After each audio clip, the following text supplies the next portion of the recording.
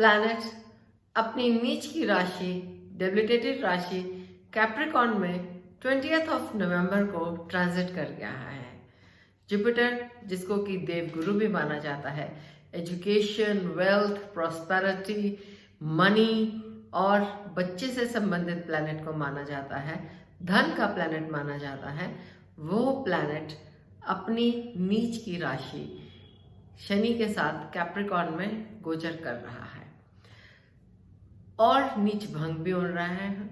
मैं निशा घई, एक astrologer, palmist और न्यूमरोलॉजिस्ट, आपको बताने जा रही हूँ कि ये इस जो प्लैनेटरी कॉम्बिनेशन का रिजल्ट्स हमारे ऊपर क्या आएंगे जनरली, इन जनरल।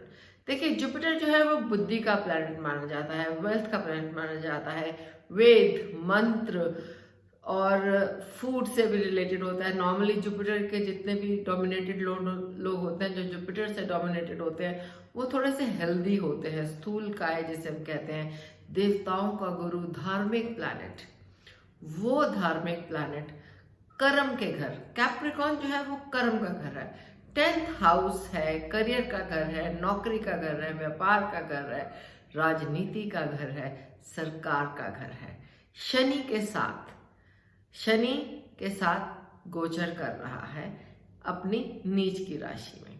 शनि जो है वो माना जाता है न्याय का देवता। जी हाँ, न्याय।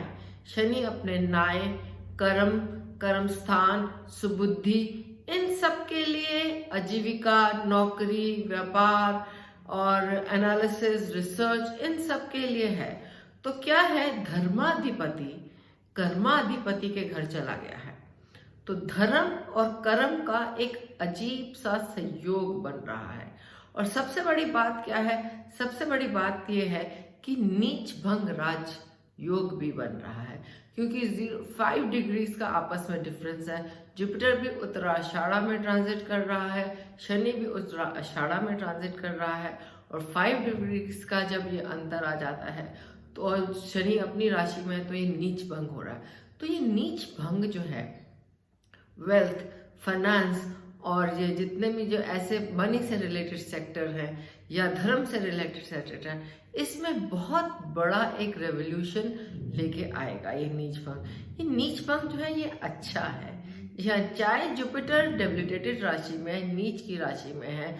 और नॉर्मली क्या होता है कि जब हम नीच राशि में होते हैं तो हमारे को एक ऐसा लगता है कि बंदा जो है वो गलत डायरेक्शन में ना चला जाए, लेकिन ये एक कार्मिक प्लैनेट है, और कार्मिक प्लैनेट जो है, धार्मिक प्रवृत्ति का प्लैनेट जो है, न्याय के क्षेत्र में जा रहा है। थोड़ा कंट्रोवर्शियल होगा, क्योंकि जुपिटर जो है वो धर्म की बात करेगा और सैटर्न जो है वो कर्म की बात पड़ेगा, तो थोड़ा कॉन्फ्लिक्शन रहेगा। और इस कॉन्फ्लिक्शन की वजह से कुछ मेजर चेंजेस भी आएंगे, और स्पेशली ये मेजर चेंजेस जो है नवंबर के महीने में, एंड ऑफ नवंबर और फर्स्ट वीक ऑफ दिसंबर में बहुत ज़्यादा आएंगे। क्योंकि क्या होता है कि जब भी कोई साइन डेबिलिटेटेड होता है तो नॉर्मली ये समझा जाता है कि ये एडवर्स है, यानी कि ये गलत है। But actually it is time to realise about your self, it is time to realise about your personality. ये थोड़ा सा एक रिवर्स ऑर्डर में चलेगा। ये एक्सचेंज जो है जुपिटर का, सैटर्न इसे सपोर्ट करेगा, और क्योंकि सैटर्न इसे सपोर्ट करेगा तो इसमें जो एडवर्सनेस जो है वो थोड़ी सी कम हो जाएगी। और साथ में आप देखेंगे कि धर्म और कर्म का एक अजूबा मेल, कुछ परेशानियां आएंगी, राजनीतिक परेशानियां आएंगी। अगर मैं करियर के फील्ड की बात करूं तो फाइनेंशियल इन्वेस्टमेंट करते वक्त आपको बहुत सोचना चाहिए, क्योंकि फाइनेंस जो है वो थोड़ा सा फ्लक्चुएटिंग सिचुएशन में जा सकता है। आप फाइनेंशियल इन्वेस्टमेंट करें, लेकिन सोच समझ के करेंगे। स्पेशली 6 अप्रैल तक तो ज़रूर आपको सोच समझ के फाइनेंशियल इन्वेस्टमेंट को करना चाहिए, क्योंकि ये 4 महीने जो हैं ये बहुत मेजर चेंजेस लाने वाले हैं। नॉर्मली मेजॉरिटी सभी लोगों की लाइफ में एक यूनिवर्सल चेंजेस आएंगे, सत्ता को लेके बहुत सारे चेंजेस आएंगे, धर्म को लेके बहुत सारी पॉलिसीज बनेंगी, और साथ में अगर मैं देखूं तो शादी के घर को भी देख रहा है जुपिटर। तो शादी के घर को जब जुपिटर देख रहा है और सैटर्न उसके साथ है और डेबिलिटेटेड होके वो देख रहा है विवाह के घर को, तो ये भी एक विवाहिक जो परेशानी है ये बनेगी। आपसी रिलेशंस में पति पत्नी के तनाव रहेगा और ये तनाव जो है ये बहुत ज़्यादा ना बढ़ जाए, इसका आपको ध्यान रखना है। जुपिटर की नज़र जो है वो टॉरस साइन में भी है, तो टॉरस साइन में वालों के लिए ये एक अपॉर्चुनिटी का टाइम रहेगा कि they should make best use of their अपने जो जितने भी आपकी जो क्वालिटीज़ हैं उसका आप बेस्ट यूज करें, because this is a time to plan and then execute. Because Jupiter Saturn जो है वो एग्जीक्यूशन का प्लैनेट है, तो आप प्लानिंग कीजिए और साथ में एग्जीक्यूशन होगा। तो प्लानिंग करने का समय है और प्लानिंग को सही तरीके से करना है। अगर आप अपनी कैपेबिलिटीज को सही तरीके से निखारते हैं तो ये एक ऐसा समय है जो आपकी कैपेबिलिटीज के रिजल्ट्स आपको मिलने वाले हैं। वर्गों को भी वो देख रहा है, तो वर्गों में क्या होने वाला है कि इम्प्रूवमेंट आने वाली है।